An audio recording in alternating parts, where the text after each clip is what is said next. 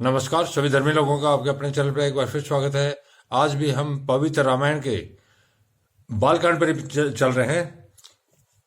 जुग बिच भक्ति देव धुनि धारा, सोहती सहित सुबीरति विचारा, त्रिबिद ताप त्रासक तिमुहानी, राम स्वरूप सिंधु समुहानी।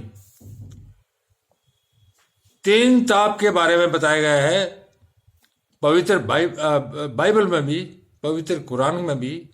कुरान के अंदर तीन ताप जो है, तीन अग्नियां, उनको हाविया, हुतमा और दोजक की आग बताया गया है। क्योंकि एक परमात्मा का ज्ञान है तो आप इसको किसी धरती के धर्म से न लेके ये वह ऐसा नहीं है। परमात्मा का ज्ञान एक है, परमात्मा भी एक है और उसका रास्ता भी एक ही है। चाहे वो कुरान हो, बाइबल हो, गीता हो, कोई भी धर्म ग्रंथ हो, वो एक परमात्मा की ओर ले जा रहे हैं। एक परमात्मा के दो नहीं हो सकते। जो एक परमात्मा को दो में देखता है वो अंधा है, देखता ही नहीं है। दोनों के बीच में भक्ति रूपी गंगा जी की धारा ज्ञान और वैराग्य के सहित शोभित हो रही है।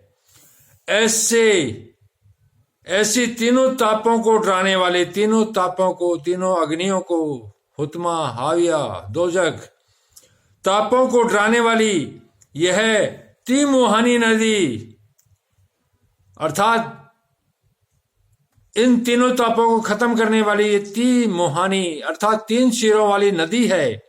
रामचरितमानस नदी राम स्वरूप रूपी समुद्र की ओर जा रही है। जो रामचरितमानस है, इन तापों को जला के, डरा के, और जो राम का समुद्र है उसकी ओर जा रही है। अर्थात आपको पवित्रता के मार्ग पर ले जाके उस परमपिता परमेश्वर में मिला रही है। समुद्र का मतलब यहां ये है।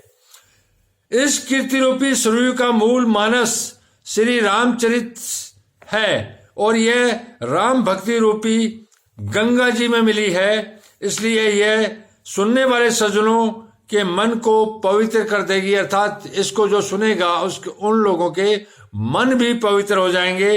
इसके बीच बीच में जो भिन्न भिन्न प्रकार की विचित्र कथाएं हैं वे ही मानो नदी तट के आसपास वन और बाग हैं।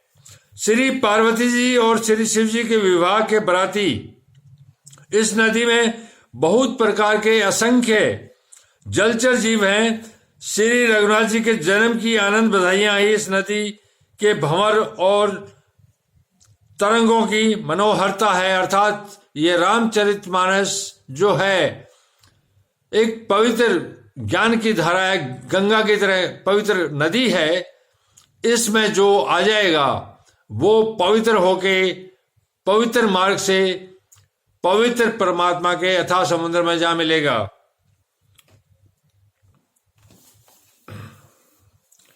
चारों भाइयों के जो बाल चरित्र हैं वे ही इसमें खिले हुए रंग बिरंगे बहुत से कमल हैं।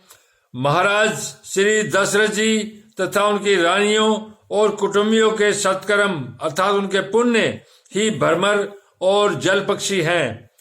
श्री सीता जी के स्वयंवर की जो सुंदर कथा है वही इस नदी में सुहानी छवि छा रही है। अनेकों सुंदर विचारपूर्वक प्रसन्न इस नदी की नावें हैं और उनके विवेक युक्त उत्तर ही चतुर केवट है।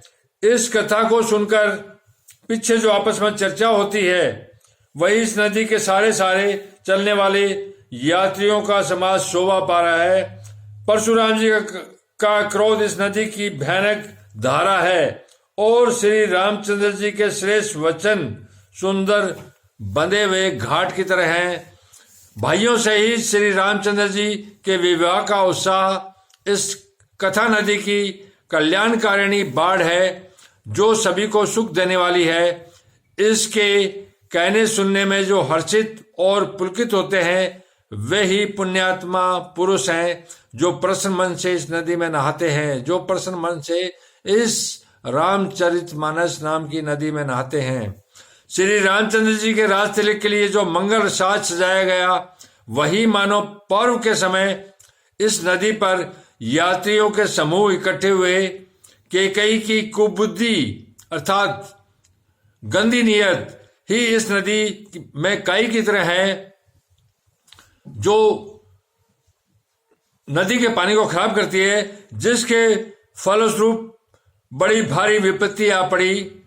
संपूर्ण अनगिनत उत्पातों को शांत करने वाले भरत जी का चरित्र नदी तट पर किया जाने वाला जप यज्ञ है। कलयुग के पापों और दुष्टों के अवगुणों के जो वर्णन है, वे ही इस नदी के जल का कीचड़ और बगुले और कौवे हैं।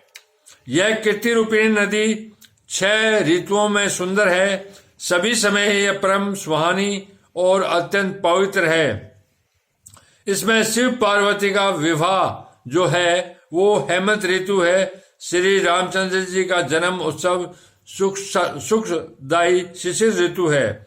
श्री रामचंद्र जी के विवाह समाज का वर्णन ही आनंद मंगलमय ऋतुराज वसंत है। श्री राम जी का वनगमन अर्थात वन में वनवास दुस्सह ग्रीष्म ऋतु है और मार्ग की कथा ही कड़ी धूप और लू है। राक्षसों के साथ घोर युद्ध ही वर्षा ऋतु है, जो देवकुल रूपी धान के लिए सुंदर कल्याण करने वाली है। रामचंद्र जी के राज्यकाल का जो सुख विनम्रता और बड़ाई है, वही निर्मल सुख देने वाली सुहानी शरद ऋतु है। अर्थात यह पवित्र रामचरितमानस आपको